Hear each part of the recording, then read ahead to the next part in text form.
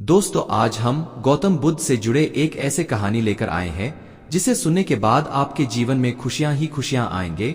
इससे पहले अगर आप हमारे चैनल पर पहली बार आए हैं तो हमारे वीडियो को लास्ट तक जरूर देखें। वीडियो को अधूरा नहीं देखिए, नहीं तो ये कहानी आप अच्छे तरह से नहीं समझ पाएंगे। तो चलिए बिना समय गवाए कहानी को शुरू करते हैं। दोस्तों, कहानी सुनने से पहले हमारे चैनल को सब्सक्राइब लाइक जरूर करें ताकि इसी तरह के नए नए कहानी आपके लिए मैं रोज लेकर आऊं।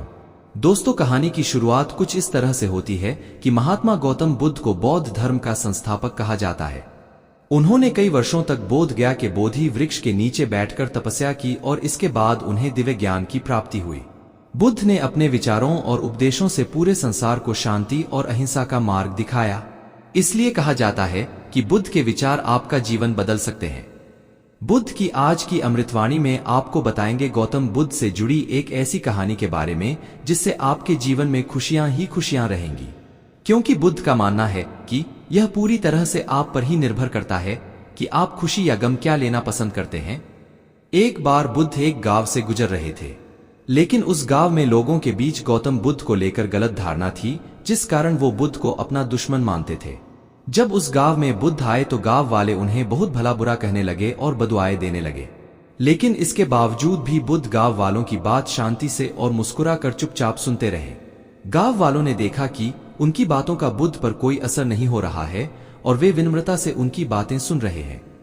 गांव वाले जब बोलते बोलते थक गए तो आखिर में बुद्ध ने कहा कि यदि आप सभी की बातें समाप्त हो गई हो तो मैं अब प्रस्थान करूं। बुद्ध की बात सुनकर गांव वाले आश्चर्यचकित हो गया, लेकिन उस भीड़ में एक व्यक्ति ने बुद्ध से कहा कि हमने तुम्हारी कोई प्रसन्नता नहीं की है, हम तुम्हें बदुआएं दे रहे हैं, क्या तुम्हें इससे कोई फर्क नहीं पड़ता? बुद्ध मुस्कुराते हुए बोले, जाओ, मैं आपकी गालियां या बद्दुओं को लेता ही नहीं। आपके द्वारा दी गई गालियों से भला मेरा क्या होगा? जब तक कि मैं आपकी गालियों को स्वीकार ही नहीं करता इसका कोई परिणाम ही नहीं होगा। जानते हैं, कुछ दिन पहले एक व्यक्ति ने मुझे बहुत सारे उपहार दिए, लेकिन मैंने उसे लेने से मना कर दिया।